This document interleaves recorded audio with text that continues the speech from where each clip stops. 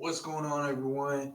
Pack a plug back here again, and let's get right into it. So, Buccaneers at Green Bay. Okay, let's talk about it. Last video we talked about the Giants. We talked about how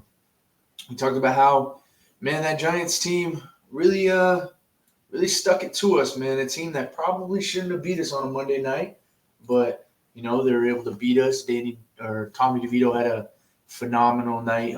Came out, played not exceptional. I mean, he was under 200 yards, but he played well enough to beat us. He was able to scramble. His mobility was phenomenal. Our run defense, I think we gave up over 200 yards in the rush on Monday night. Joe Barry, man, those defensive struggles. You got some problems, Joe Barry. You got some problems, and that's something that needs to be addressed. The offense, the Green Bay Packers offense did not click at all.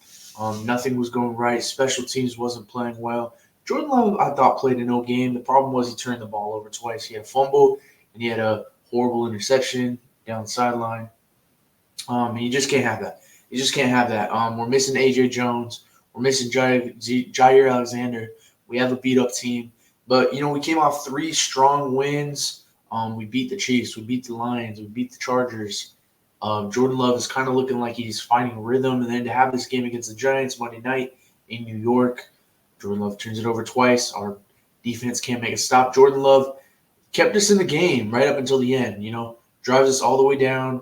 We get a touchdown to go up by 1 point. We can't convert the 2 to go up by 3, so we're only up by 1 or 2.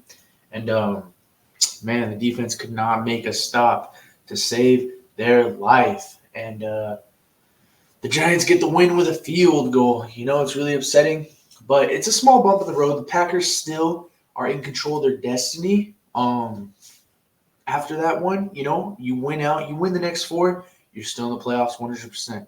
You go 3-1, your chances probably fall to about 90% to 99%, so you're pretty much still in it. They have the tiebreaker over almost every team in the Rams, every other team. There's a lot of teams that are 6-7, so it's going to be a close race. You're still in the playoffs. You still have a chance. You just need to get back to playing the brand of football that you played the 3 weeks prior to this Giants game. If you can play how you played against, the Chargers game was close, right? But Jordan Love was a lot more consistent with his throws. He was making his throws. They were on time. A big problem against the Giants was that pass rush. They were in Jordan Love's face all night. And, it's probably a big reason why he threw that interception. It's probably a big reason why he didn't play well. We're out. We didn't have Christian Watson, who Love has been going to. And they've been making plays together. So you're missing him at wide receiver. You're missing Aaron Jones. You're missing Jair. You're missing a couple key inside guys. So it's a tough spot to be, but you have an easy schedule left as you come back home into Lambeau Field to play the Buccaneers, who are 6-7. They're 3-4 away games. This should be an easy game. Now, Baker Mayfield is playing pretty all right. You got to watch out for Mike Evans. This is a team that definitely can give you some problems, but a team that you should beat. Green Bay is -3.5. They're projected to win the game, 56.4% chance to win. It's just about, is Jordan Love going to get back to playing that brand of football that he played 3 weeks in a row before this Giants game, or is he going to revert back to how he's playing the weeks prior and how he played against the Giants? And I think he's probably going to have a phenomenal game. I think he's going to return back to how he is. It is a home game. So all the emotions and the extraness of everything, it's not going to be on Monday night. It's going to be a Sunday game, afternoon. I think Jordan Love will have a phenomenal game. We'll see what happens with these injuries, who's going to return. You play these Buccaneers, you get a win, then you got 3 games left to really punch your ticket for the playoffs. And, man, who would have thought? Going back to we lose to the Lions, lose to the Raiders, lose to the Broncos, lose to the Vikings, and you're thinking this season's probably over. Where we were about 2-5, 2-6, and you're thinking maybe the season's over. Is Jordan Love not the guy? What are we going to do? It's going to be a tanking season for Caleb Williams. what is going to happen with this Packer team. And then you win against the Rams. You lose to the Steelers, but in a game that was really close, a game that I thought Jordan Love played well in. You know, you just don't pull it out close. Then you win against the Chargers. You win against the Detroit Lions on Thanksgiving. You go into their house on Thanksgiving. You get a big win against a team that has a very strong defense. You come back home, you play the Chiefs again. You play another team that has a really strong defense, and the Chiefs, it's the Super Bowl defending champions. Taylor Swift was there that night. It was a big moment for Jordan Love. He had a phenomenal game. You know, and the season is salvaged. I don't think any Packer fan coming off that Broncos loss, then the Vikings loss, then the Steelers loss thought maybe we're not going to be in this. That 3-game stretch that really revitalized the season was phenomenal, and hopefully you can keep that going in this back half, especially with how easy the schedule is. You know, you play the Buccaneers this Sunday, then you play the Panthers, who are an atrocious team, you know, right there tied with the worst team in the NFL. And then you play the Vikings again, who, you know, you may struggle against because they came up to Green Bay and they beat us 24-10 in a game that felt like you could never get a first down, and they really beat up on us. But now they don't have Kirk Cousins, you know. They have Mullen. So it's going to be a totally different game. It's going to be at Minnesota. So advantage for them right there. But then you come home and you play the Bears, and the ownership is still very much alive. We own them. We still own them. So it's really – the possibilities are there for the Green Bay Packers. The possibilities are there. The potential is there. And we really want to see them make a run. I think Jordan Love is the guy. I think Jordan Love, you know, you have 3 phenomenal games to see his potential, and his potential is high. His potential is high. 3 touchdowns in the Chiefs game. You know, so we've seen the ability.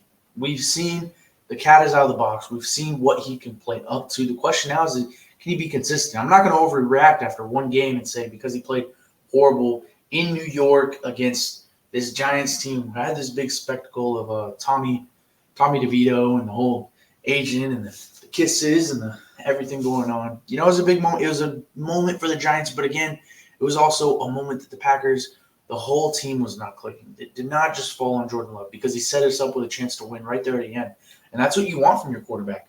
So you can't sit here and say that Jordan Love is regressing, Jordan Love is not playing well. He played, besides those 2 turnovers in that game, he played well. He played better than Danny DeVito, if we want to be honest. Maybe he wasn't as productive and he didn't close out the game, but he set us up with an opportunity there at the end, driving down and getting a touchdown. And the defense just wasn't able to hold up. A question that could be had, and I've been defending Joe Barry for a while, is maybe the Packers should look at Joe Barry and wonder, is he going to be your defensive coordinator for next year? Because the way this defense is playing, they cannot stop the run. And you can argue that if the Chiefs even ran the ball more against us, they would have won because they ran the ball well. Teams have run the ball against us really, really well. Joe Barry kind of has this bend, don't break mentality, which at times works. I mean, this is why I've defended him, because he's been holding teams to 20 points. We look back at the schedule. The Bears, 20 points. The Falcons, 24 points. The Saints, 17 points. The Lions, 34 points. That's one point in the season where we didn't hold them to 20. Raiders, 17 points. Broncos, 19 points. Vikings, 24 points.